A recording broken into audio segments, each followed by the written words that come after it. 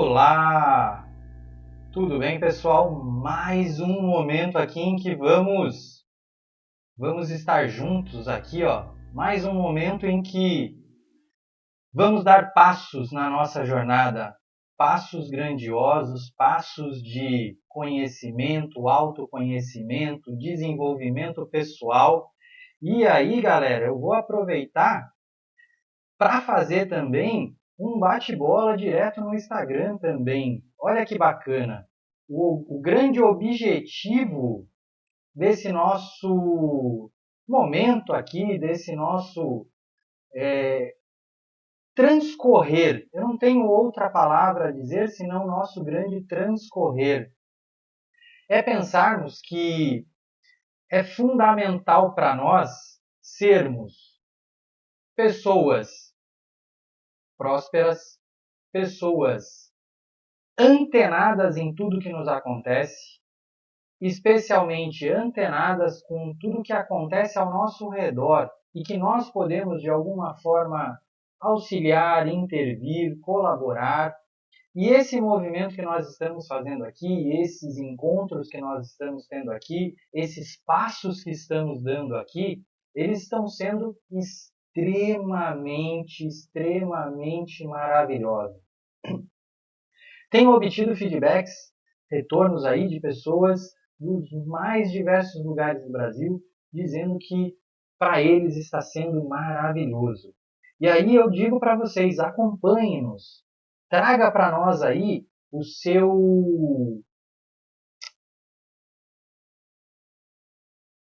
o quê? Não sei nem dizer.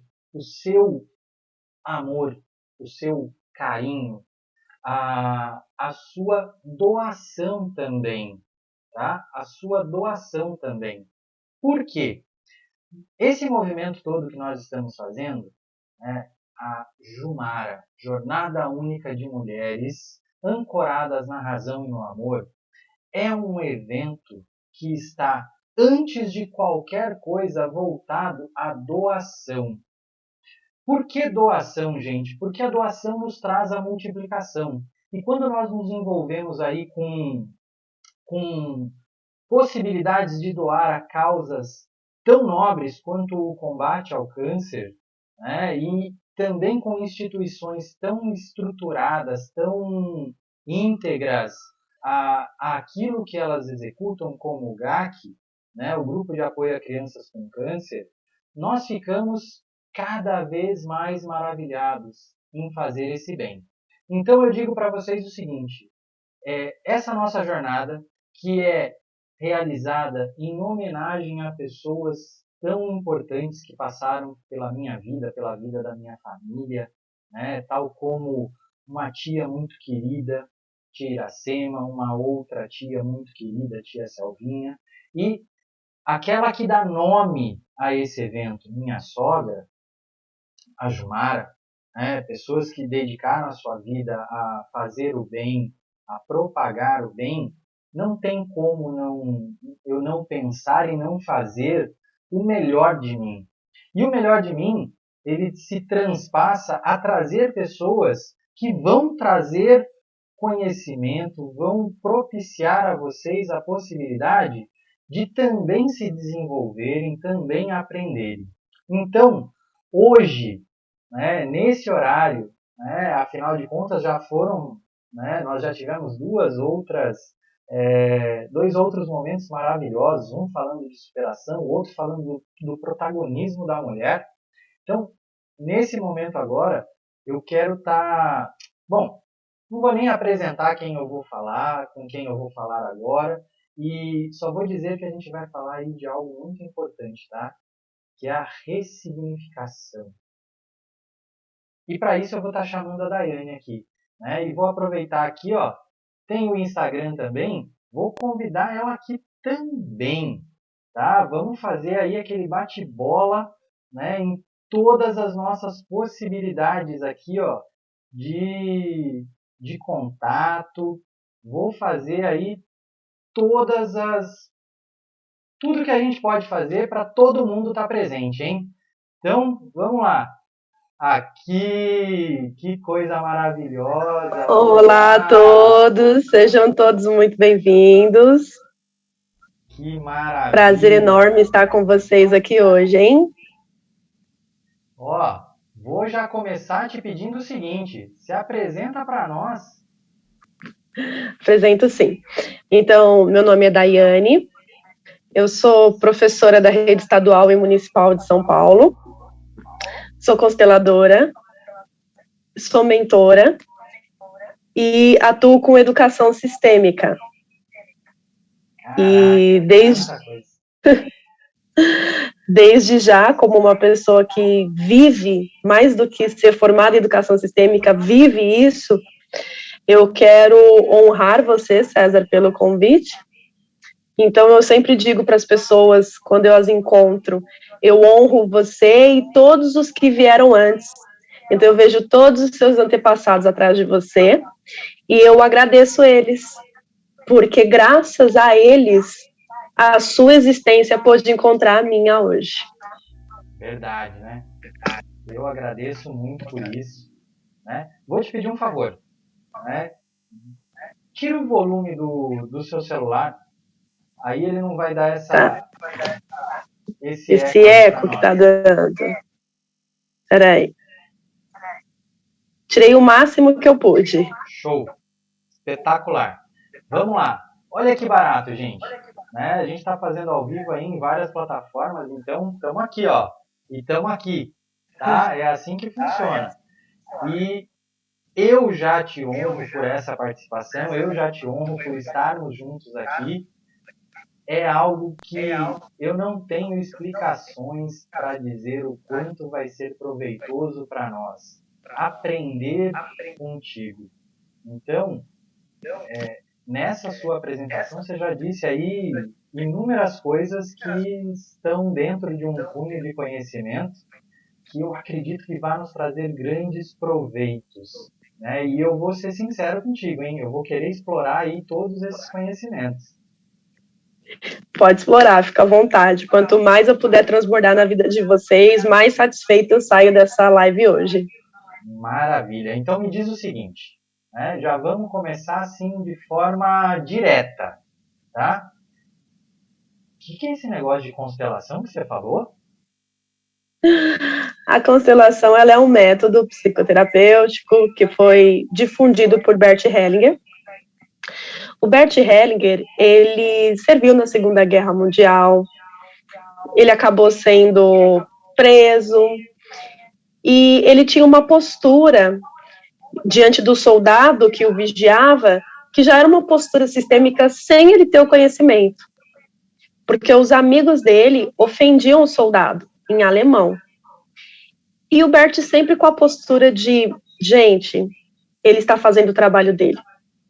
E se fosse ao contrário, nós também vigiaríamos os presos. Então tá tudo certo.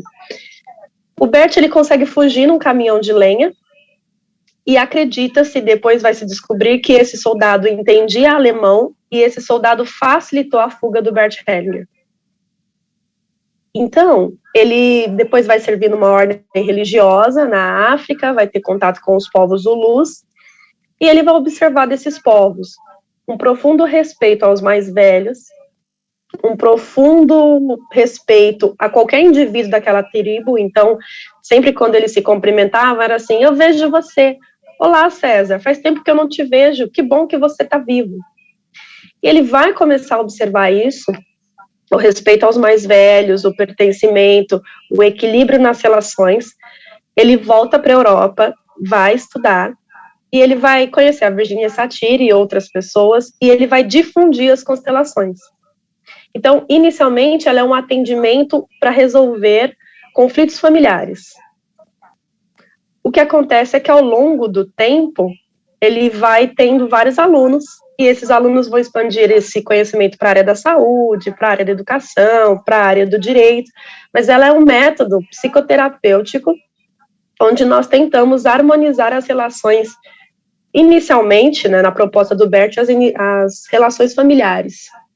Precisar entender que tem alguém que veio antes de mim, essa pessoa me trouxe a vida, mas às vezes eu posso estar emaranhado e não enxergo meu pai ou a minha mãe como meu pai e minha mãe. Eu enxergo como alguém que me causou muito mal, como alguém que não contribuiu para a minha evolução aqui. E o Bert, ele vai trabalhar, então, com várias falas sistêmicas para poder harmonizar. Porque, na verdade, os nossos pais, eles deram para a gente aquilo que eles podiam. Eles fizeram o melhor que eles podiam com a condição que eles tinham.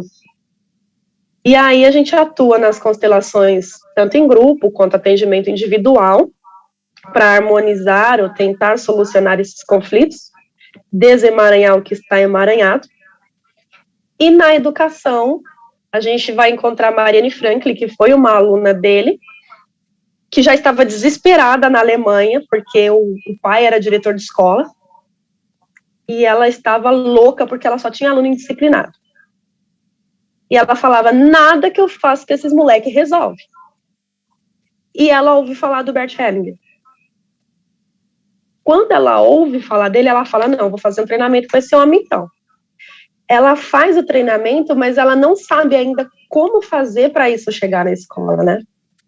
E aí ela vai experimentando, testando, errando e acertando, e ela encontra um certo êxito e uma certa fórmula, e com base nisso a educação sistêmica vai se difundir. No México com a Angélica Olvera, aqui no Brasil com outras pessoas como a Fátima Mello, e eu vou usando aí, já tem 3 anos que eu uso, me formei em educação sistêmica e uso esse conhecimento, já obtive êxitos na escola, uso esse conhecimento para ressignificar a aprendizagem. Que bacana. E aí, esse seu dito de ressignificação, como é que isso acontece? Como é que eu consigo ressignificar algo dentro de um espaço escolar, por exemplo? Então, pensando nas 3 ordens do amor sugeridas por Bert Hellinger, nós precisamos pensar no pertencimento. Então, esse aluno, ele faz parte. Por mais que você considere que ele seja indisciplinado. Aquele professor que trabalha com você, que todo mundo decora a escola quando está tendo feira de ciências ou festa junina, mas ele está lá na sala dos professores tomando café e mexendo no celular. A gente precisa incluir ele, porque ele faz parte. A gente precisa incluir aquele diretor que a gente fala assim, esse cara, ele está só com um corpo aqui, o espírito está pairando sobre as águas. A gente precisa incluir esse diretor também. Então, primeiro é olhar para todo mundo e entender que todo mundo faz parte. A partir disso, já que todo mundo faz parte, entender que cada um tem o seu lugar, de acordo com o tempo que está dentro daquele sistema, de acordo com a hierarquia.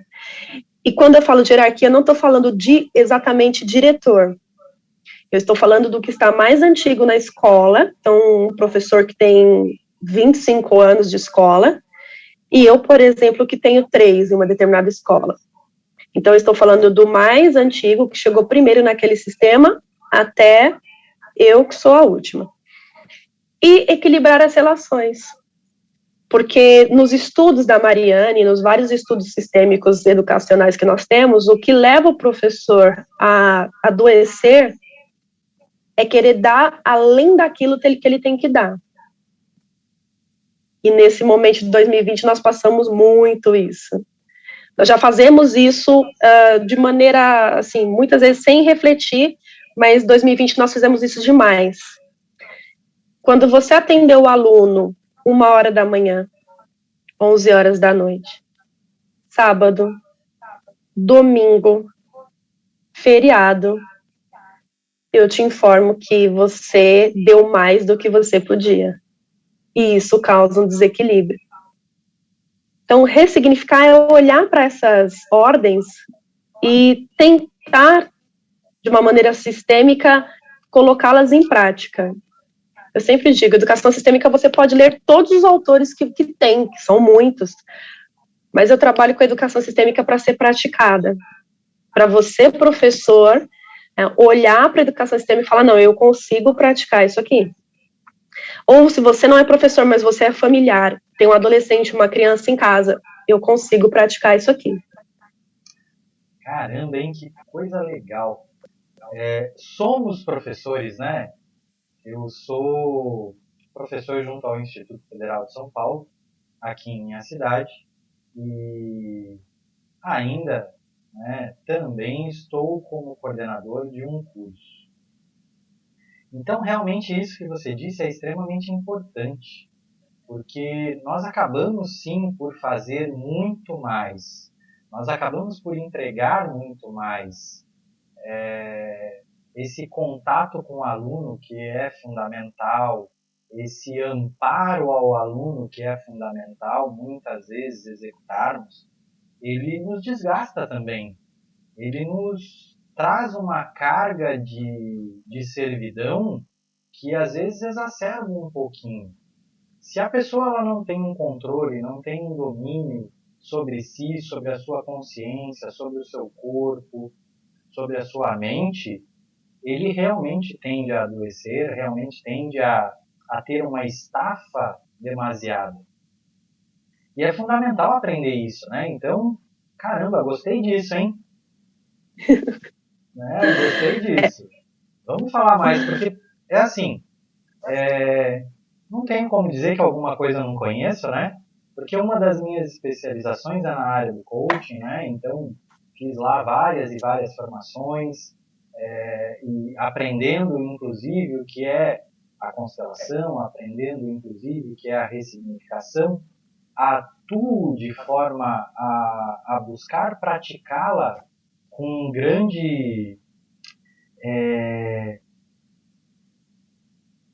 diria que, constância na minha vida, né? Porque a gente passa por situações, o ano, né, como você citou, o ano de 2020 talvez tenha sido um dos mais complicados já vivenciados por todos nós, por diversos aspectos, né? E o profissional ainda mais, porque eu, por exemplo, meus cursos são essencialmente presenciais, né, dentro da instituição que eu atuo. E aí, quando você vai para um online, para um remoto, assim, de forma abrupta, de forma a você ter que se reprogramar, a você ter que estabelecer novas rotinas, isso para alguns, nossa, geraram aí complicações, estafas, medos também.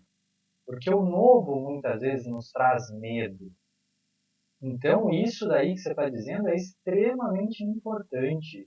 Né? Então, vamos lá, conta mais, por favor.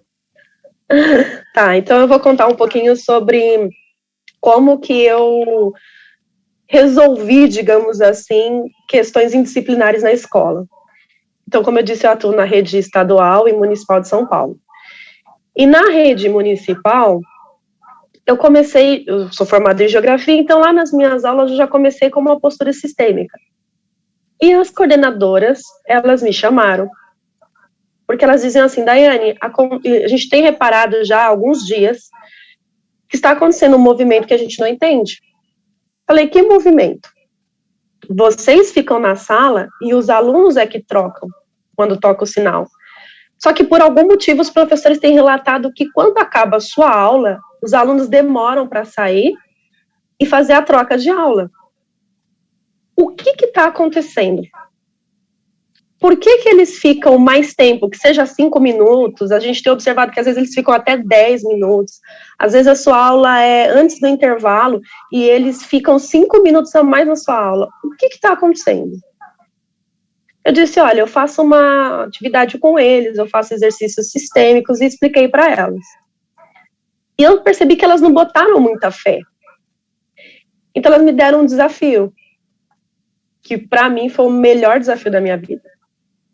Porque elas me mostraram um caderno bem pequenininho, onde elas disseram assim, esse caderno é de advertências e suspensões.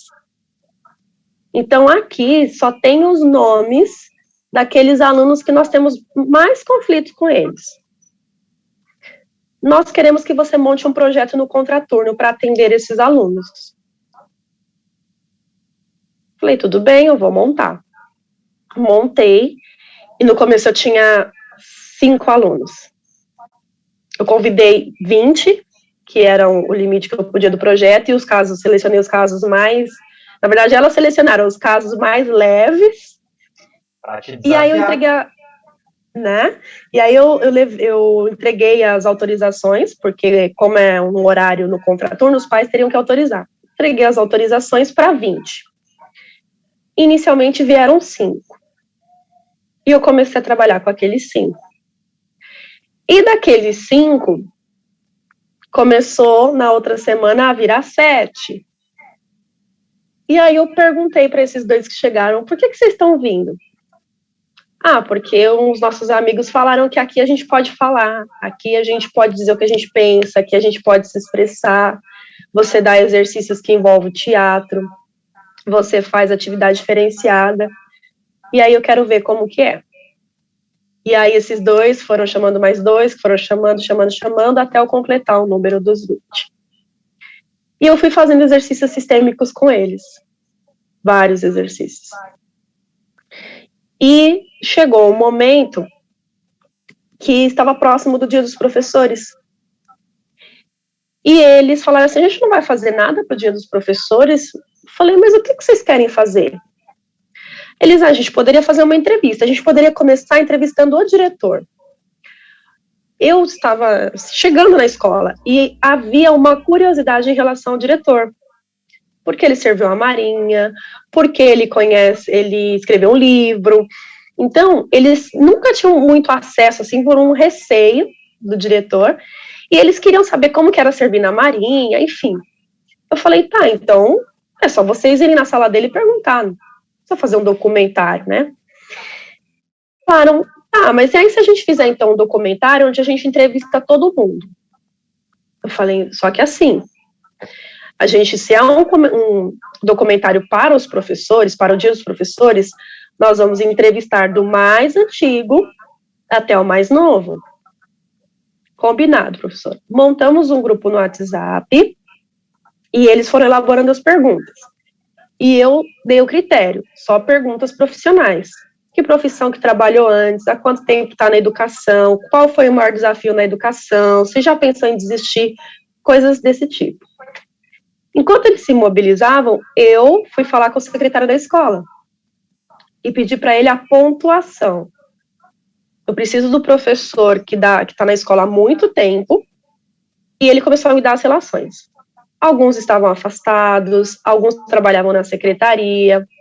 Eu fiz o exercício com eles de honrar a existência deles ali dentro daquele sistema, e me concentrei nos professores que davam aula para os 7º e 8º anos, que eram essa turma que eu tinha. E ali eu falei para os professores, olha, nós vamos entrevistar vocês. Vocês aceitam e tal? Quem vai me entrevistar? E quando eu falava o nome, Deus me livre. Se aluno, você vai botar esse aluno para me entrevistar? Nossa, pelo amor de Deus. E aí eu falava, gente, é para o meu projeto, é um trabalho final do projeto, e expliquei. E aí os alunos começaram a se articular em duplas para entrevistar os professores. E eles começaram, então, a entrevistar. Quando nós fizemos a última entrevista, que foi comigo, então nós entrevistamos os professores, no meio disso encaixamos o tempo de permanência do diretor na escola, que são 13 anos, então encaixei o diretor, o vice-diretor, os 2 vice-diretores, coordenação, enfim. Quando eles entrevistaram a última pessoa, que seria eu juntei esse material e falei, tá, as entrevistas estão aqui, o que a gente vai fazer com isso agora? Não, professora, a gente vai para a sala de informática, a gente vai editar e vai transformar num documentário. Falei, tá bom, como vai chamar o documentário? E aí eles me responderam assim, além de uma sala de aula, porque agora eu compreendo que para vocês chegarem aqui foi muito difícil.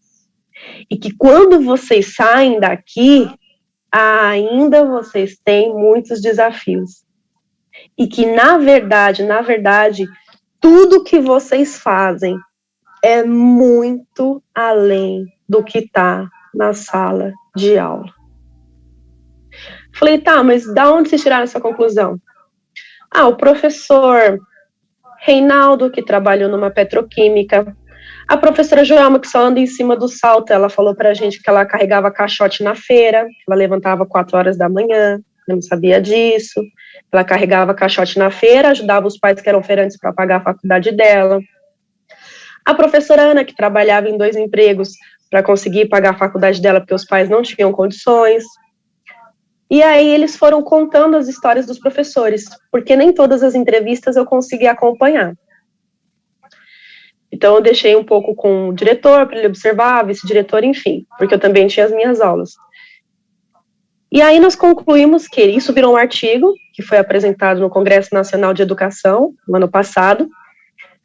Nós concluímos que esses alunos, depois de passarem por esse processo do projeto comigo, mudaram o seu comportamento. A tal ponto de não posso tomar advertência, porque se eu tomar advertência e suspensão, a Daiane pode me tirar do projeto, porque tinha o limite de faltas, então eu preciso mudar o meu comportamento. O projeto acabou, eles encerraram, quem era 7º ano, nós encerramos o ciclo ano passado, então eles foram para o ensino médio, e eu tenho alguns desses alunos que estão comigo hoje no 9º ano, e nós não temos mais ocorrência. Caramba, hein? Que coisa maravilhosa. Vou eu, assim, devagar agora, né? Vou ficar imaginando. O quanto, de fato, é importante, muitas vezes, para nós professores, né? Nos posicionarmos enquanto seres humanos, enquanto pessoas de carne e osso, pessoas que têm dificuldades, pessoas que têm paixões, pessoas que têm preferências, pessoas que são vulneráveis frente aos nossos alunos, né? Porque normalmente ele nos vem ali como aquela pessoa superior, como aquela pessoa que tudo sabe, aquela pessoa que em determinados casos, né, vou até tomar esse exemplo que você disse do diretor da Marinha, né, como uma pessoa inacessível. Muitas e muitas vezes nós acabamos incorrendo em muito erro mesmo, né, quando a gente não se aproxima do aluno, né. E vou eu aqui te fazer uma confissão, tá? Eu me recordo que quando eu entrei no Instituto Federal, eu tenho uma história um pouco engraçada no Instituto Federal. Eu tive a grata satisfação de me substituir no Instituto Federal. Como é que é essa história assim, né? Eu me substituir, como é que funciona isso? Eu lá em 2014 eu entrei no Instituto Federal, né, e agradeço sempre a essa entrada ao Márcio, né, que era o responsável pelo RH no Instituto. Eu havia, por meio da Prefeitura Municipal, né, pela Fundação Cultural da cidade, encaminhado 2 projetos a eles, e eles encaminharam ao Instituto Federal, né, como sendo o local de execução desse projeto.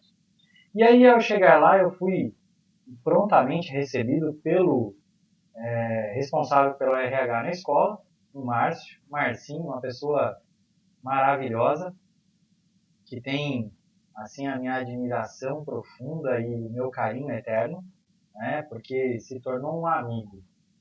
E lá, né, nessas conversações, ele, né, depois que eu ministrei os cursos lá, ele virou para mim e falou assim, você precisa vir para cá, porque eu estava em outra instituição, uma instituição privada, e você precisa vir para cá. Eu falei, olha, eu almejo sempre buscar o melhor lugar para estar. Eu almejo sempre chegar aonde eu terei maiores condições de trabalhar, de atuar com aquilo que eu gosto, com aquilo que eu quero para a minha vida. Porque eu escolhi ser docente. Né? Eu sempre digo que a educação pautou a minha vida e tudo o que eu tenho hoje. Então, eu escolhi também ser docente. E aí, nessa brincadeira, logo em seguida eu acabei entrando na escola como um professor substituto, por um contrato temporário. E aí eu entrei em fevereiro, né, de 2014 e em março abriu o edital de concurso. Quando abriu o edital de concurso, eu, por lá estar, né, eu sabia o número de vagas. Né, eu sabia que eram 3 vagas. E aí eu já disse para todo mundo, a primeira pessoa foi o Márcio. Né? Foi minha esposa, óbvio, né, primeiro.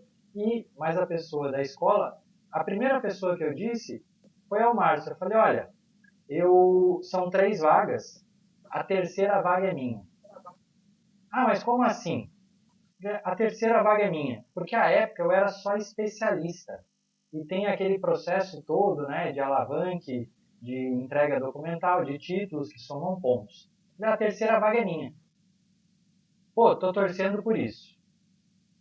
E aí, nesse interim, né, enquanto professor substituto e o concurso rolando, eu tive uma dificuldade enorme com 2 turmas. Na realidade, com uma turma, mas que se propagou a outra. Porque eles não compreenderam a minha posição, né, de criar distanciamento para com os alunos. Então, houve lá um grande atrito, tá? Um grande atrito mesmo, porque eles acreditavam que eu me punha muito acima deles, que eu me punha de uma forma muito snob ou coisa assim do tipo. Mas na realidade era talvez ainda uma inexperiência da servidão pública, do posicionamento, porque eu acreditei em algumas coisas que me foram ditas. Como, por exemplo, você não pode ficar muito próximo dos alunos, porque aí eu estava falando de alunos de nível médio e estava falando de superiores. E eu estava acostumado a dar aula para adultos, que é diferente. Não, você não pode se aproximar muito, olha, você tem que tomar cuidados, olha. E eu acabei por acreditar nisso. E aí eu tive uma grande dificuldade. Foi assim, algo enorme. Só que já tinha alguns conhecimentos, né? A área aí, né, da psicologia comportamental, do coaching e tudo mais, e eu fiz esse processo de ressignificação. Esse evento que não foi dos melhores, eu transformei em algo extremamente positivo para mim.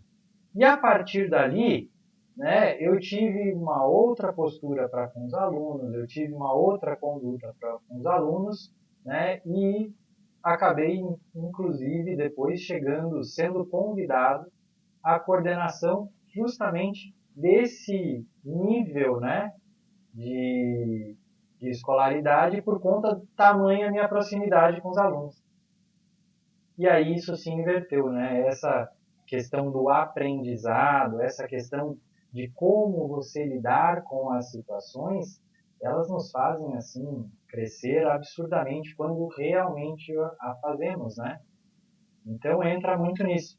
E aí nesse interim todo, né, que eu disse, eu realmente passei no concurso, eu realmente fui passando as classificações, entreguei lá a documentação, ainda como especialista na época, e a terceira vaga foi minha. Ou seja, né, quando fazemos a coisa direito, com procedimentos, com processos, sabendo fazer, né, acreditando de fato, né, as coisas acontecem. É aquilo que você fez lá, você acreditou em tudo que você estava empregando de servidão sua a aquelas pessoas ali que eram consideradas as problemáticas, né? Que eram aquelas que não queria nem perto, quando você disse ali, nossa, esse daqui vai me entrevistar? Não. Pô, às vezes as pessoas são tão negligenciadas, são tão deixadas de lado, que isso que faz com que elas de fato sejam assim, né? Tenham esses comportamentos.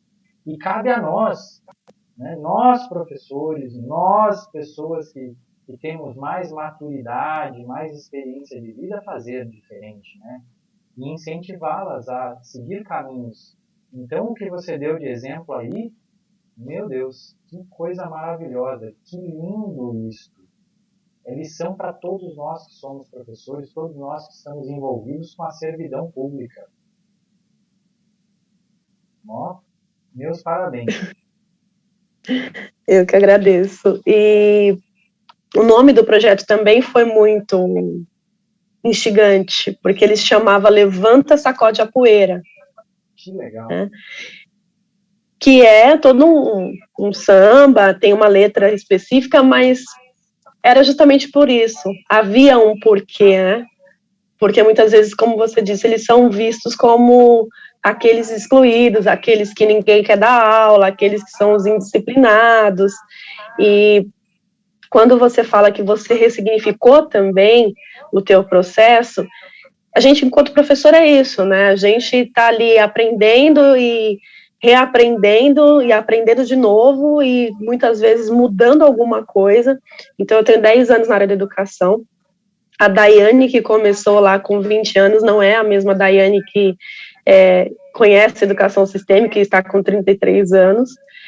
E o interessante disso é que isso modificou a escola de uma tal maneira que hoje todo mundo da escola sabe que eu atuo com educação sistêmica. Sabe que eu atuo, o diretor da minha escola, ele me autoriza a fazer constelação. Legal. Entendeu? Então, assim, e ele participa. Então, todas as vezes que eu precisei fazer constelação, eu sempre chamei ele e disse, olha, eu quero fazer constelação, eu quero constelar esse tema. Porém, você sabe que eu respeito hierarquia. Eu poderia fechar a porta da minha sala e fazer, mas eu não estaria sendo sistêmica. Então, como você conhece o jeito que eu trabalho, você autoriza, e agora ele tem uma mania de falar, Daiane, você nem precisa, mas eu sempre informo porque eu respeito muito a questão da hierarquia. E assim, a escola não é que é uma escola de contos de fadas, porque quando a gente fala, parece que, nossa, a escola dela não tem problemas, né, o contos de fadas. Mas é assim, se você se dispor a colocar em prática essas leis, você vai perceber que não fica pesado para ninguém. Então, por exemplo, quando eu vou fazer entrevista, inicialmente, os professores me olham como, essa nova, tá tudo funcionando tão bem aqui, chega ela e quer revolucionar. Então, na nossa reunião lá, que tem um nome específico, eu nem faço essa reunião, porque eu tenho um número mínimo de aulas. Mas as coordenadoras me convidaram para essa reunião. E já que eu quero que meus alunos tenham uma postura sistêmica, que comece por mim. Então, eu expliquei para eles, para os professores, e eu fiz uma constelação na frente deles. Eu coloquei alguém para me representar, nem peguei alguém para representar a professora mais antiga da escola. Ela estava lá e eu pedi para ela se ela se sentia confortável para representar. E aí eu pedi para o meu representante olhar para ela e dizer, olha, eu não estou fazendo melhor nem pior. Eu estou escolhendo um caminho diferente. E eu vejo todos vocês que estão nesse sistema e que chegaram nesse sistema antes de mim e que contribuíram para esse sistema estar onde está e eu encontrar ele assim como ele está. Eu só quero um caminho diferente. E depois que eu fiz essa reunião, aí deslanchou fazer o documentário, as entrevistas e tudo, né? Na rede estadual também. Na rede estadual, as diretoras, elas sabem que eu faço, nas escolas que eu trabalhava. A diretora pediu para que eu desse numa reunião também, fizesse constelação uma reunião, eu expliquei, fiz, e aconteceu a mesma coisa. Eu fui para lá porque minha escola sede não tinha aula suficiente para mim, então eu tive que completar lá. E essa direção, eles tinham uma postura muito rígida, muito rígida. Parecia assim, eu entrava naquela escola e falava, gente, eram 2 mulheres na direção, a diretora e a vice, eu falava, nossa, eu acho que eu vou bater continência, porque não vai ter como. E aí eu falava, meu Deus, não vou poder fazer nada de educação sistêmica aqui, nada. Mas aí eu comecei a atuar com os meus alunos. E aí os meus alunos começaram a chegar lá na vice-direção e falar assim, começo do ano, fevereiro, precisa arrumar o horário. Como assim precisa arrumar o horário? Precisa arrumar o horário porque a gente não sabe o dia que tem a aula da Daiane. E aí a vice-diretora, mas por que vocês querem a aula da Daiane? O que está acontecendo na aula da Daiane? Nada, que a aula dela é diferente. Eles tinham o costume de entrar na sala de surpresa para assistir a aula. E um belo dia ela me entra para assistir a minha aula e estou eu lá dando exercícios sistêmicos para os meus alunos. Eu vejo você, abraça o teu colega, olha para ele e diga, eu vejo você, que bom que você está aqui, tal, tal, tal. E aí isso chega no ouvido da diretora, eu explico para ela então o que eu estou fazendo, deixei uma escola mais harmonizada e menos militarizada. E assim nós seguimos, né? Mas é sempre um processo. Então, eu sempre me coloco em processo. Não é porque, 2019 deu certo, 2020 no ensino remoto também deu certo, mas nós estamos em 2021, no momento que é atípico. Então, eu sempre tenho a postura. Eu, Daiane, me coloco em processo. A escola está funcionando no meio de uma pandemia, é assim que tem funcionado. Eu sou funcionária pública, eu não tenho como fugir disso, eu sigo hierarquias maiores. Então, eu me posiciono. Como? Sendo sistêmica. Dá para ser sistêmica, Daiane, no meio de tudo isso? Dá. Como que eu sou sistêmica nesse momento? Daiane, eu tenho que atender aluno no ensino híbrido, é metade presencial e metade remoto. Você quer ser sistêmica? Você não é só professor, você não é só professora, você é pai, você é filho, você é esposo ou esposa, você é filha, você é mãe. Qual é a tua carga de trabalho? Você vai atender na tua carga de trabalho.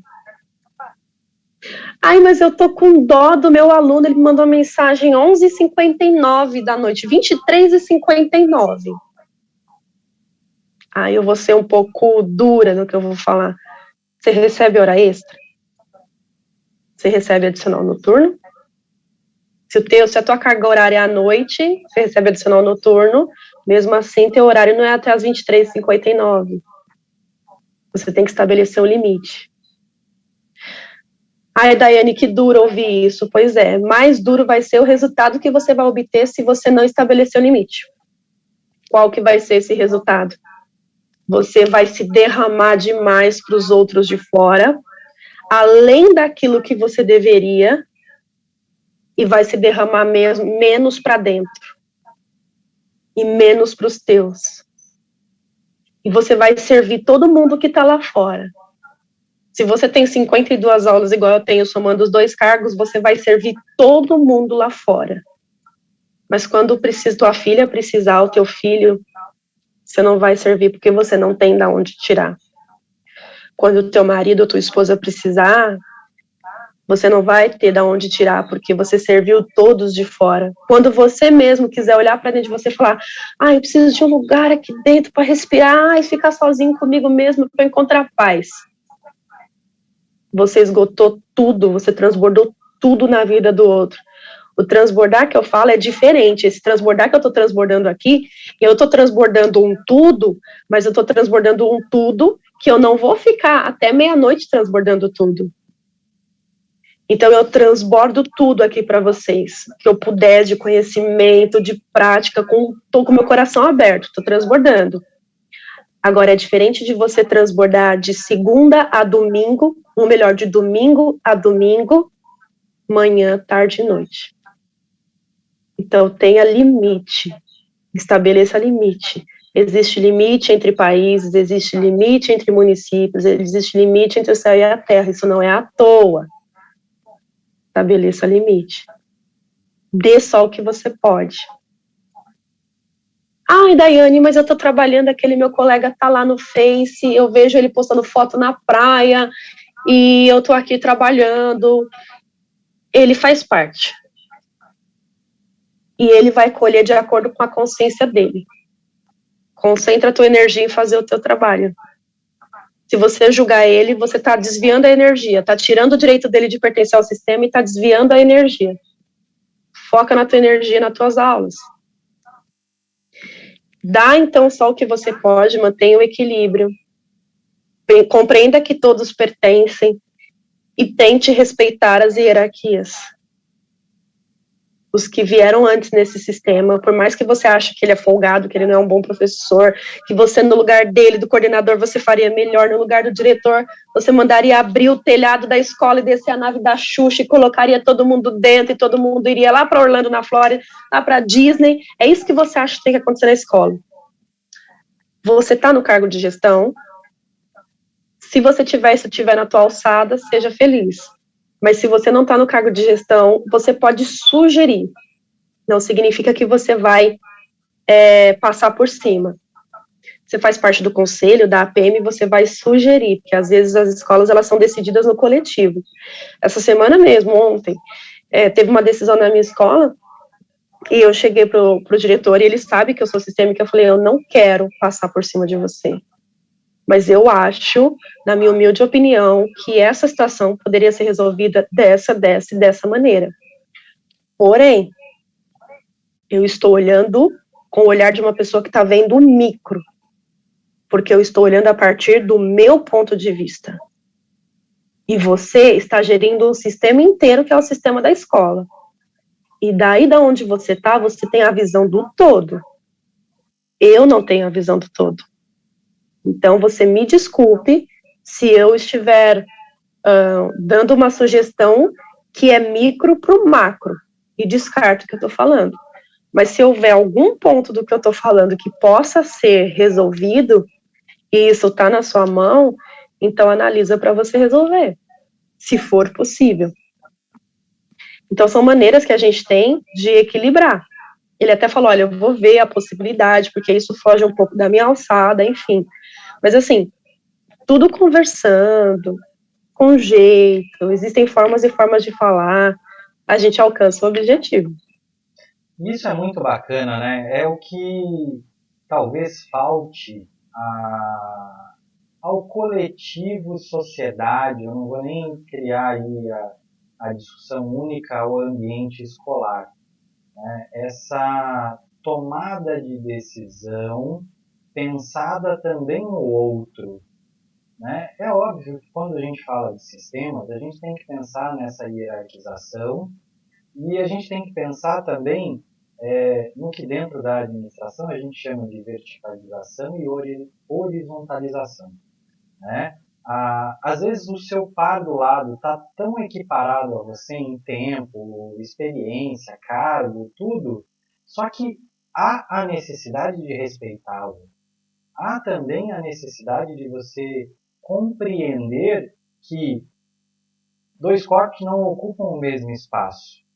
E apesar dele estar do seu lado, mesmo que ele esteja braço a braço, a visão dele vai ser diferente da sua. Porque essa mínima diferença, essa mínima distância a se olhar para um ponto qualquer, ela gera uma dispersão. E essa dispersão, muitas vezes, ela pode ser impactante a uma tomada de decisão. Então, é muito relevante, né, essa discussão, é muito importante essa compreensão. E que, às vezes, a gente deixa passar por um motivo ou outro, por, às vezes, questões de ego, né? Às vezes, essa nossa internalização de crenças, ela faz com que a gente, às vezes, perca grandes oportunidades de desenvolvimento e crescimento, né? O que você acha disso? Eu acho exatamente o que você falou, da gente pensar que dois corpos não ocupam o mesmo espaço, né? Então, o outro, ele pertence. Ainda que seja um ponto de vista muito divergente do meu, ele pertence. Eu vou dar uma situação aqui para vocês, que é uma situação real, tá? Lá no início, em fevereiro, nós fizemos uma reunião na rede municipal, tivemos uma reunião, e foi informado que nós deveríamos retornar às aulas e tal. E aí, um professor disse assim, eu me recuso, eu entro em greve. Falei, tudo bem, cada um poderia dar a sua opinião, daí você entra em greve, fulano, cicrano. E aí ele bateu o pé que ele entrar em greve. Eu falei, tudo bem, do mesmo jeito que você vai entrar em greve e vai aceitar as penalidades que vão ser postas a você, eu escolho, então, não entrar em greve. Tá. E os demais também assim escolheram. No primeiro momento, nós não vamos entrar em greve, nós vamos observar o número de casos, enfim. Isso é real que eu estou contando para vocês. Ele virou e disse assim: vocês são um bando de frouxos. Por conta do mísero salário que vocês recebem, vocês aceitam ir trabalhar. Eu vou deixar cortar a minha água, a minha luz, eu tenho consignado no banco, mas eu não me importo. E ele foi falando. E aquilo começou a gerar um desconforto na reunião. Eu pedi a palavra e falei assim para ele: olha, vou dar para ele o nome de João, tá? Olha, João, eu acolho você e a sua decisão de não querer voltar para o presencial. Só que você não sabe as outras realidades que estão aqui. E por que que as outras pessoas, inclusive eu, estou optando por voltar? Então, acolhe a gente também. Aí eu percebi que ele deu uma segurada, né? E ele tem o mesmo tempo de casa que eu. Então, assim, nós estamos andando lado a lado, mas nós temos opiniões divergentes, né? Mas o que é importante nesse momento? Olha, você que tem opinião divergente, que é a favor da greve, que vai ser a favor das sanções que serão postas em relação ao seu salário, eu vejo você e você pertence. Mas você também precisa me ver e entender que eu pertenço. E que eu estou adotando essa postura de acordo com a minha realidade. E assim nós seguimos, né? Então é importante a gente ter essa postura de compreender que cada um vai tomar a decisão que é melhor no contexto. Então o que é bom para a Daiane pode não ser bom para o César. Mas o que vai tornar, porque na verdade, o que nos une é muito maior do que o que nos separa. Porque as nossas divergências, elas nos separam. Mas a nossa humanidade, ela nos une. Se eu pensar lá no Edgar Morin, nos Sete Saberes, ele vai falar da identidade terrena, da ética planetária. Ele vai falar que a gente está no momento que a gente tem. Eu vi uma palestra dele no Zoom, ele já está assim, bem idoso, mas é um homem de sabedoria imensa. Ele mesmo falou. Sabe aquilo que eu escrevi no meu livro, nos Sete Saberes? Então, ou a gente cria agora, foi uma palestra do ano passado, ele falou, ou a gente cria agora essa ética planetária, essa consciência, ou eu não sei se nós teremos tempo para criar de novo. Porque aquilo que eu escrevi lá atrás é esse o momento, é agora. Eu nunca vi tão necessário, ele falava, que a ética planetária seja praticada como eu vejo em 2020. E é muito bacana isso, né? Essa sua citação agora, porque me traz a clara consciência de que nós temos enxergado o 2020 como o ano do grande desastre, o ano das grandes perdas. E não é assim. Talvez tenha sido o marco, né, como foram grandes guerras mundiais anteriormente, o grande marco de mudança. O grande momento que nós temos para que nós consigamos nos humanizar mais. O grande ano para que nós tenhamos a possibilidade de pôr os nossos conhecimentos à prova. E a prova que eu digo não é para saber se você sabe ou se você não sabe, e sim para saber o quanto você está utilizando dele para um bem maior, que não única e exclusivamente o seu. Né? O quanto você está fazendo com que o seu conhecimento se propague de tal maneira que gere benefícios à sociedade, que gere benefícios ao outro. Né? Tal como, por exemplo, esse evento. Né? Esse evento ele tem ali o cunho, a intenção maior, o objetivo de, além de propiciar conhecimento, autoconhecimento, desenvolvimento pessoal e profissional, e eu não vou cansar de falar isso, né? De honrar pessoas que passaram pela minha vida, que passaram pela vida de tantas outras pessoas, né? De forma tão digna, de forma tão esplendorosa, né? Também nos furtar aí a mantermos-nos solidários, a buscar de alguma forma doar aquilo que a gente tem de bom, ou doar aquilo que a gente tem, né? Como tem aí, para quem está no Facebook, para quem está no YouTube, tem um QR Code do lado aí, né, que vocês podem verificar, que vai direto para o GAC, né, que é o Grupo de Apoio a Crianças com Câncer. E se você está nos acompanhando pelo Instagram, né, fica aí, que é bastante importante e propaga, joga aí, né, para os seus companheiros, para os seus colegas, para os seus amigos, né, e entra lá na minha bio, tem um grupo que a gente formou e que está buscando fortalecer, que são pessoas que estão doando o seu tempo, a sua vivência ali conosco nessa jornada toda, e tem, né, aí nos stories, tem um QR Code que é para essa doação para o GAAC, e esse tipo de coisa nos faz crescer, se desenvolver de tal forma que amanhã ou depois a gente vai se perceber num mundo de mudanças e vai entender que 2020, né, ele realmente teve lá muitos desastres que são de todas essas pessoas que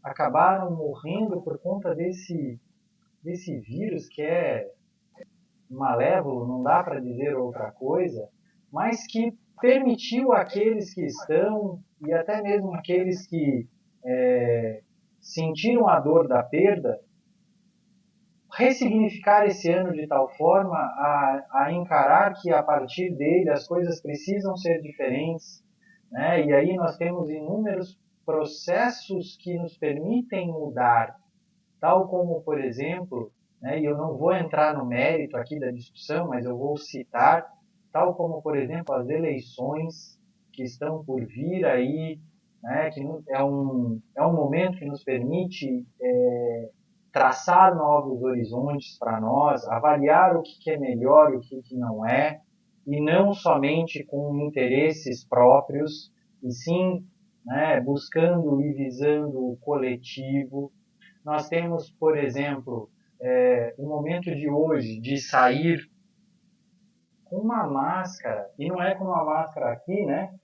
É com uma máscara cobrindo realmente a face de tal forma que vamos nos proteger e nos protegendo nós também protegemos ao outro.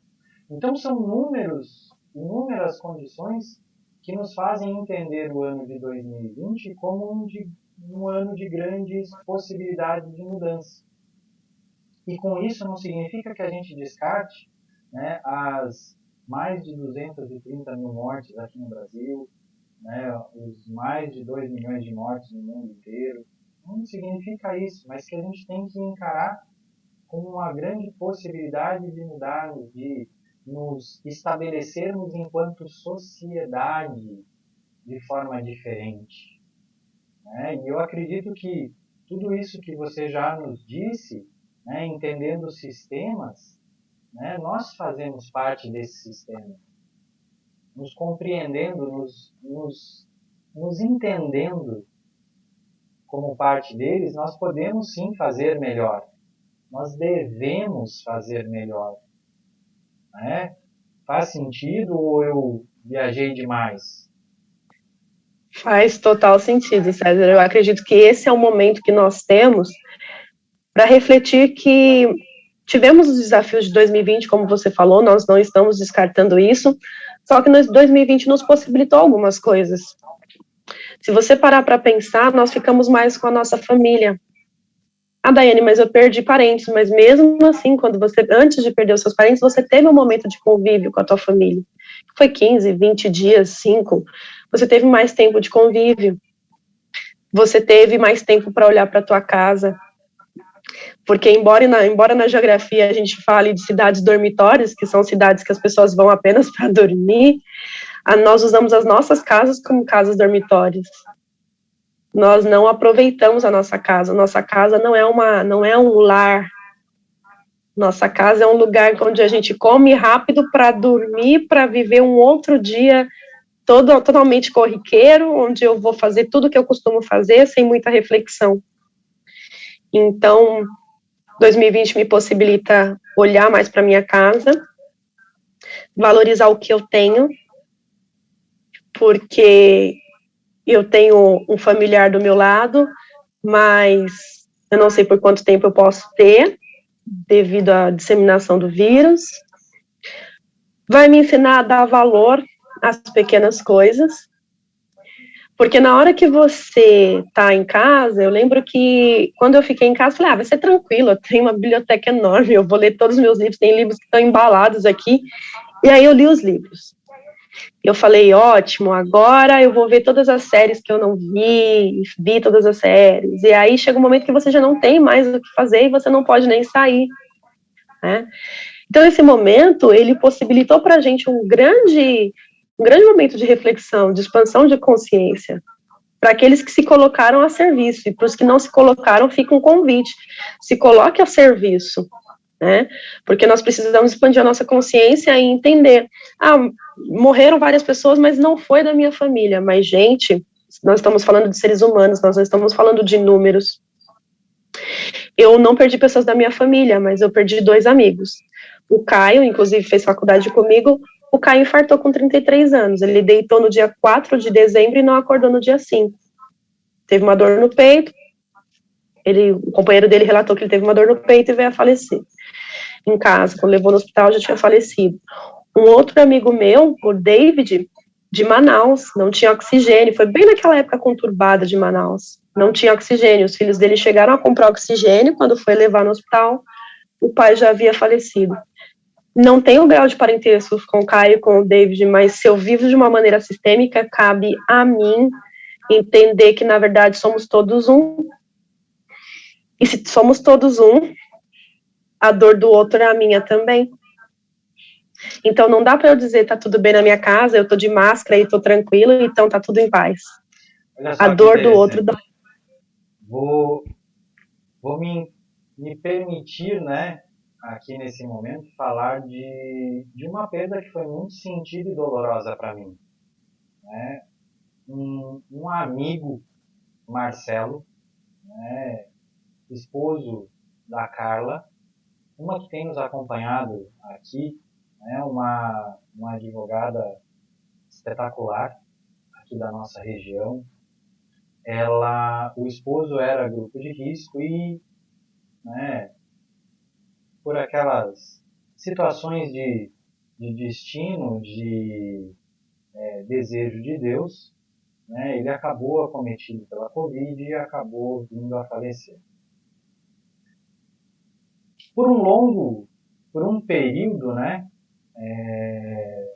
ao qual, né, você passa, e aí eu digo um longo período, aqueles pequenos segundos, aquele minuto que você fica ali, caramba, como, né? Por quê? Né? Por que essa pessoa que é tão boa? Por que ele? Né? Que é a situação que você citou aí, né? Da pessoa conhecida. Né? Algo que que eu disse em alguns momentos e que eu ouvi, e aí reporto, né? É que a princípio eram números. E em dado momento dessa pandemia passaram a ser conhecidos, amigos, parentes, e aí muda completamente a situação, né? Porque não são mais só números. Ontem bateu-se um recorde com 2.286 mortes. É um número. Mas será que nesse meio aí todo não tinha um parente, não tinha um amigo, não tinha uma pessoa conhecida?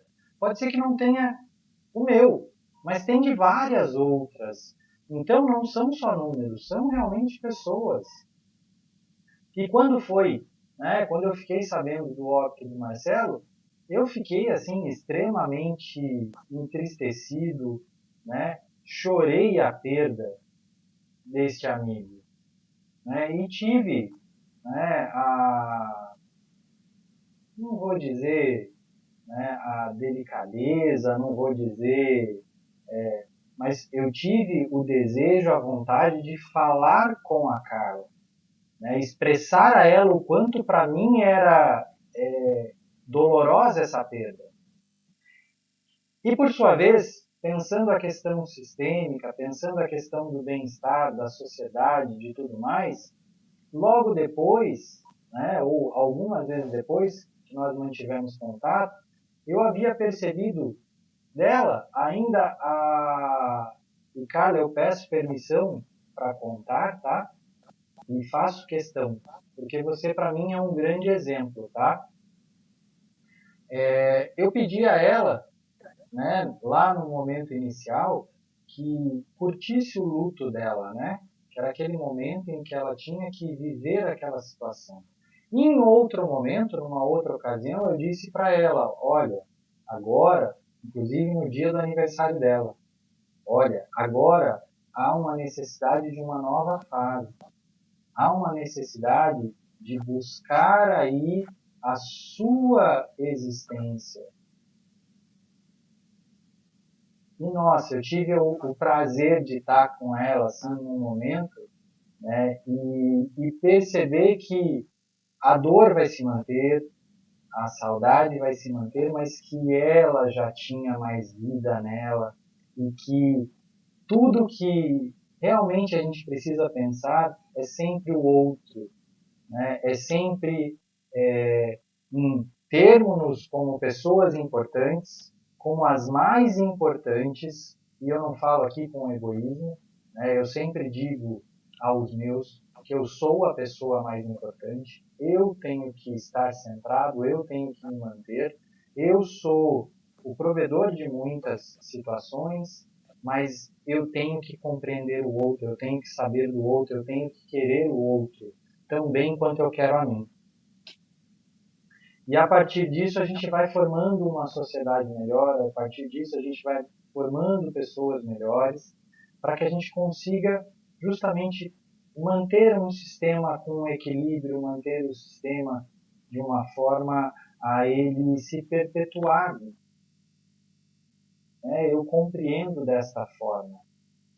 Tal como nós devemos honrar os nossos antepassados e aprender com as experiências deles, né? Nem sempre trazendo-as para nós, porque algumas não são das melhores, então não precisamos trazê-las para nós, mas precisamos compreendê-las. Precisamos saber que eram escolhas deles, que eram momentos vividos por eles e que eles não precisam ser replicados por nós, porque nós temos também a condição de fazer as nossas escolhas e seguir adiante de uma maneira próspera, abundante ou desejada por nós. Não é assim que funciona? Exatamente. Interessante quando você fala do contexto, porque muitas vezes quando a gente fala de olhar para os antepassados, como que eu vou olhar se aconteceu isso, se aconteceu aquilo? Eu tive alguns casos. Um caso de uma menina que o avô serviu na Alemanha na Segunda Guerra. Então ela falava para mim, como que eu posso pensar e o avô dela ganhou despojos da guerra. Como que eu posso pensar em prosperidade nesse contexto? E aí eu falei para ela, então, só que ninguém chamou o teu avô na Alemanha hitlerista, tomou um chá das 5 com ele e disse, e aí, o que você acha de ir pro exército? Não foi assim, né? Ele foi forçado aí. E expliquei isso para ela. Como também, dentro do meu contexto familiar, existe a questão do dote. O meu avô pagou um dote para casar com a minha avó. E aí não cabe a questão de julgamento, cabe a questão do contexto histórico, né? Então eu sempre dou esse exemplo quando a pessoa me fala, mas foi uma história tão difícil. Foi difícil, foi vivida por eles, nós olhamos para essa história, mas não precisamos repeti-la, né? E diante disso que você falou, e de 2020, um dos presentes que 2020 me trouxe, é que em 2019 eu fui muito instigada, porque sei de onde vem a família da minha mãe. São remanescentes de Quilombo, reconhecido pela Fundação Palmares. Mas a família do meu pai era uma incógnita e eu nunca fui atrás. E no final de 2019 começou a vir convites para mim, olha para isso, da onde vem? E eu participava de constelações presenciais, onde eu me colocava, onde a pessoa me escolhia para ser representante, e sempre tinha um contexto de etnias ali, de culturas envolvido. E eu não dei a mínima, mas me gerou uma curiosidade. Eu não sei se alguém conhece, eu comprei um kit do MyHeritage, um kit de DNA, comprei um para o meu avô e um para minha avó, e coletei, né, da saliva deles, a gente coleta, coloca num tubo e manda para o laboratório. E eles fazem um mapa interativo, que é maravilhoso. Eles fazem um mapa interativo, onde eles vão cantando as musiquinhas do continente, enquanto ele dá a porcentagem do DNA. E eu comecei a olhar quantas histórias, quantas misturas, quantos povos diferentes tem a minha composição. Vai de gente do Kuwait, da Arábia Saudita, a pessoal do sul, da América do Sul, né? As civilizações pré-colombianas, e como isso é variável. Do lado do meu avô nós achamos irlandeses, enfim. Do lado da minha avó nós achamos DNA da Sardenha, uma ilha na Itália, achamos da América do Norte, parte norte aqui do Brasil, então indígena, achamos da América Central, um pouquinho da América do Norte, um pouquinho da Ásia, e o quanto isso foi interessante, né? Quanto isso foi uma descoberta onde eu pude olhar e falar, nossa, eu não sei os nomes, mas eu vejo todos vocês e toda a trajetória. E também não sei as histórias. Assim, suponho que não foram histórias muito alegres o tempo todo, mas acolho todas elas no meu coração. E como isso ressignificou, né, para minha família e para os meus avós e para a família toda do meu pai de modo geral, porque eles começaram a dizer assim, nossa, sem ter noção sistêmica nenhuma, eles diziam assim, nossa, vem uma descendente para puxar isso, ninguém nunca foi saber. A gente sempre soube que talvez o pai ou a mãe tivesse maior porcentagem de DNA europeu, mas a gente nunca foi saber. Tem que uma descendente se despertar para isso. E aí eles conversando, entre eles ali, meus tios, e eu mostrei para eles esse mapa interativo. E como isso foi... E aí, até então, o nada, que a história não existe história nenhuma, ninguém sabe de nada, começa a surgir histórias. Ah, tá, então a mãe tem DNA indígena. Oh, mãe, mas lembra quando eu era criança, assim, que você contava de uma história de uma antepassada sua, que era a Índia, e que aí ela teve encontro com um português lá, você já... Aí minha avó já tá com quase 90 anos, minha avó, é verdade. Ô, pai, você contava uma coisa assim, assim, aí isso vai puxando a memória dos meus avós, de histórias que eles contavam para os meus tios e para o meu pai quando criança. Os meus bisavós não são mais vivos, mas o meu pai conta que o meu bisavô contava muita história para ele. Só que quando criança ele falava, isso é coisa de velho. Então, quando eu comecei a puxar, meu pai começou a trazer memórias de coisas que o meu bisavô contava, porque o pai dele contava. E aí o meu pai, nossa, agora as coisas se encaixam. Não vem com clareza, né? Mas elas se encaixam. E constelar é muito mais do que você ir lá e colocar os representantes. Eu falo que é o completar, né? Então, completou ali, sem precisar usar representantes ou bonequinhos ou qualquer representação, aquela reunião familiar para falar do DNA dos meus avós e dos que vieram antes, foi uma constelação. Você sabe que eu tenho uma experiência, assim, fantástica com constelação. Você citou a questão dos bonecos, né? Existe a constelação representativa, né? Por meio de objetos, podem ser pedras, bonequinhos. O meu foram feitos com aqueles Playmobils, tá? E não deu certo.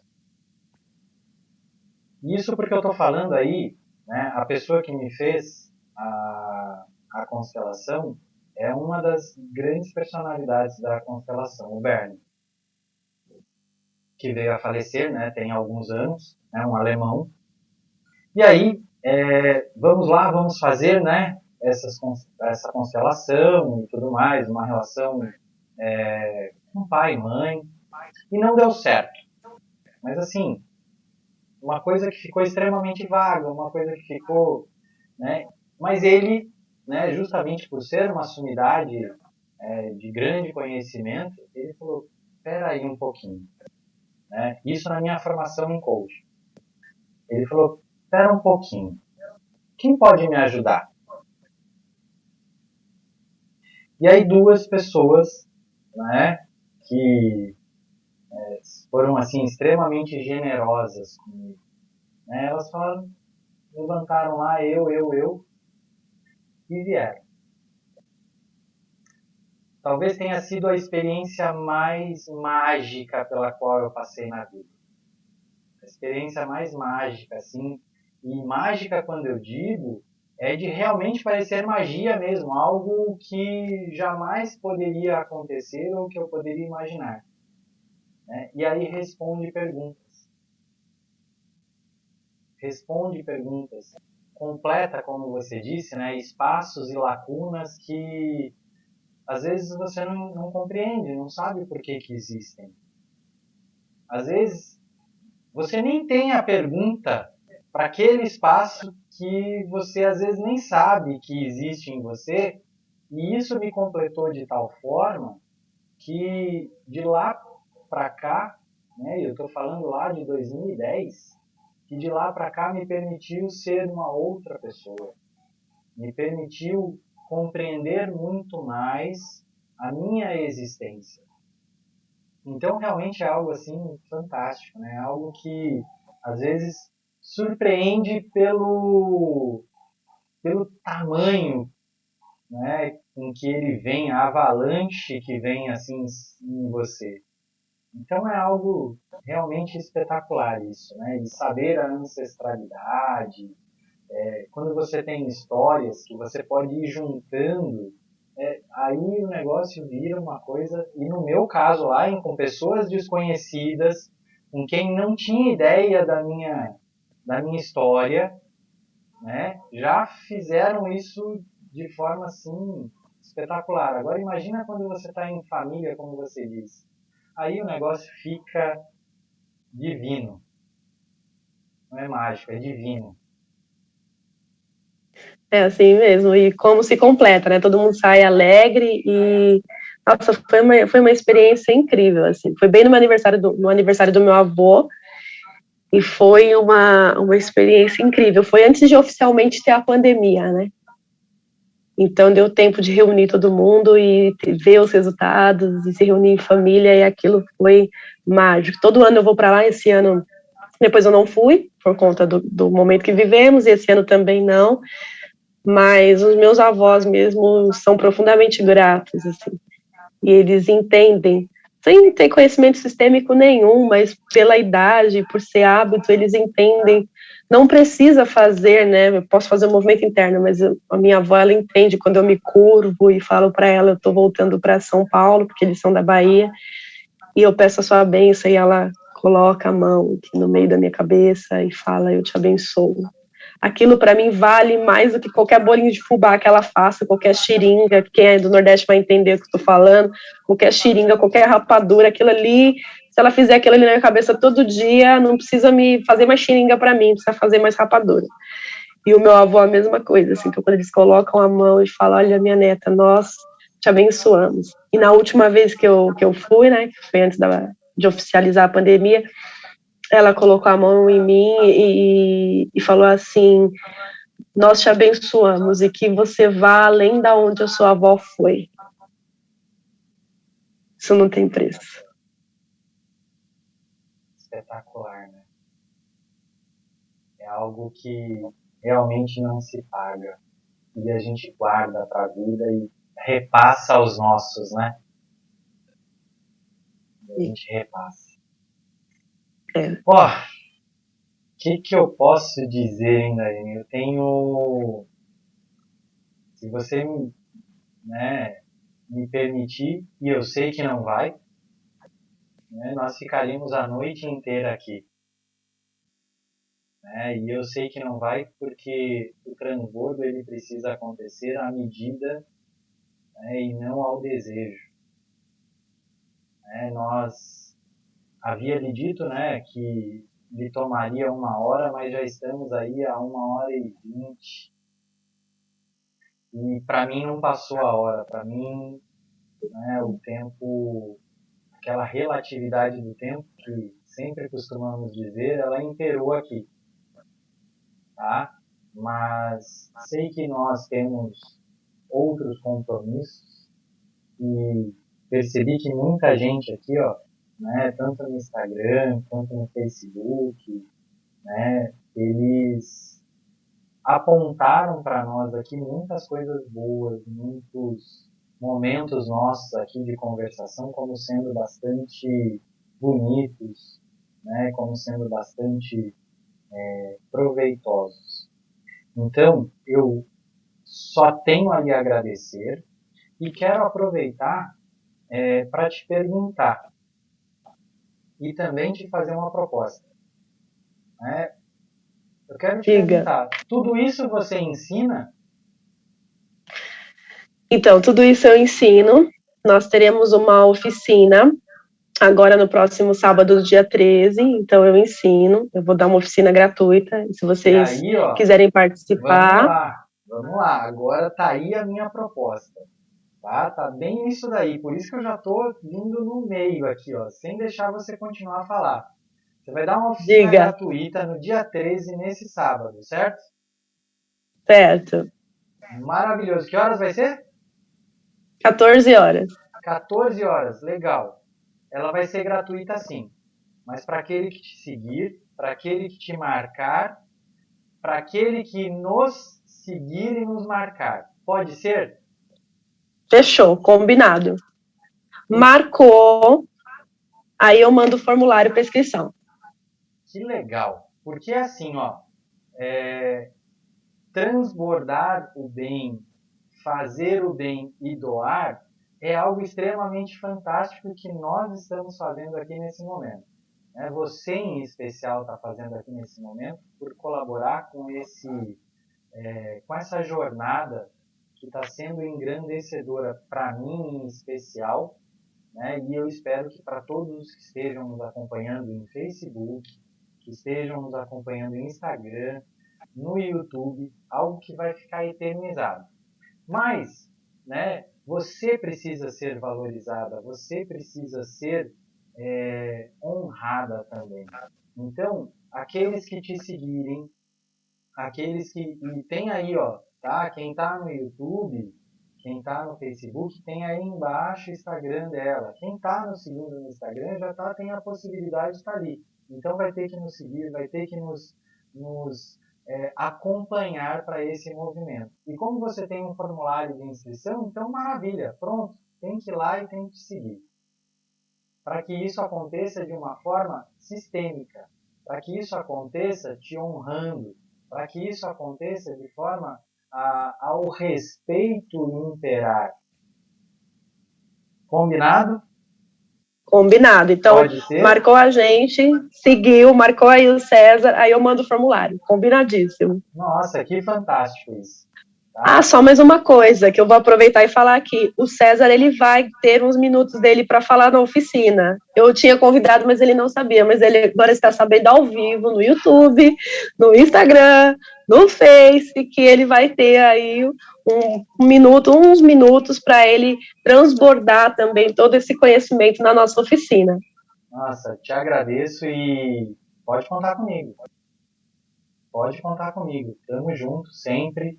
Né? É uma honra para mim ter essa oportunidade e quero, de fato, fazer com que para você seja algo à medida da grandeza que você fez para mim aqui.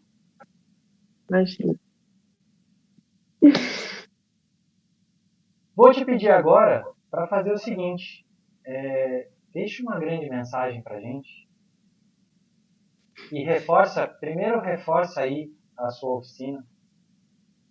Então, repetindo, oficina no dia 13, próximo sábado, às 14 horas, tá? Comigo e com o César, que ele já foi convidado, ele nem sabia, eu peguei ele de surpresa, mas ele foi convidado, então no próximo sábado. E o que eu gostaria de deixar para vocês?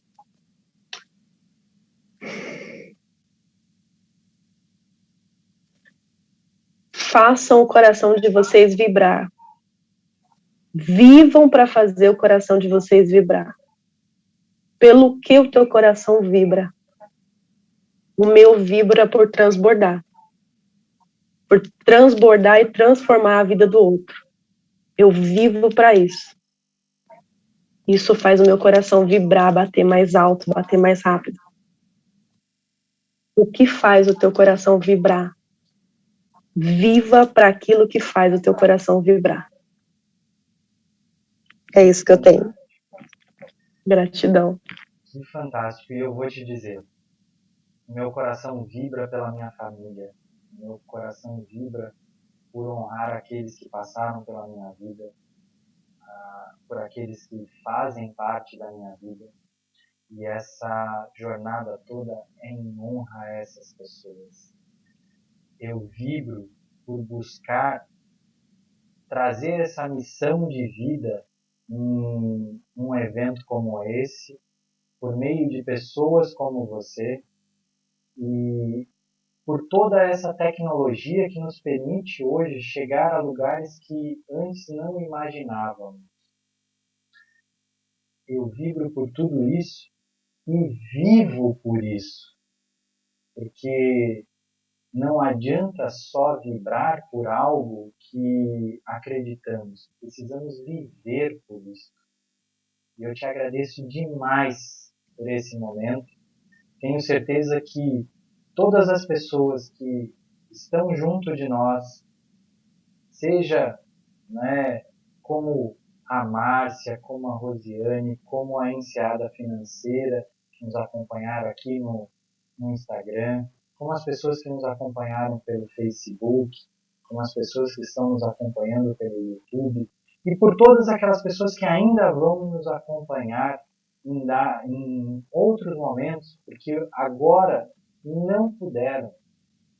Eu honro demais essas pessoas e eu vivo por elas e quero que elas também vivam. E se puderem ajudar doando ao GAC, né, eu vou ficar imensamente agradecida.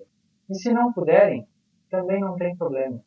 Né, que façam o que nós estamos fazendo aqui, propagando conhecimento, propagando a possibilidade do autoconhecimento, do desenvolvimento, e que vivam. Só vivam. Vivam as suas vidas sem deixar de respeitar o outro, sem deixar de honrar os seus antepassados. Vivam. Então eu te agradeço demais, demais. E sábado conta comigo que eu tô lá junto de você. Ai, que bom. Gratidão a todos. Gratidão, César, mais uma vez pelo convite. Gratidão a todos que nos acompanharam. Instagram, Facebook, YouTube. Gratidão a todos que ficaram com a gente até o final. Grande abraço. Fica com Deus. E sábado a gente se vê de novo. Tá bom. Tchau, tchau. Tchau, gente. Grande abraço para vocês. Vamos lá.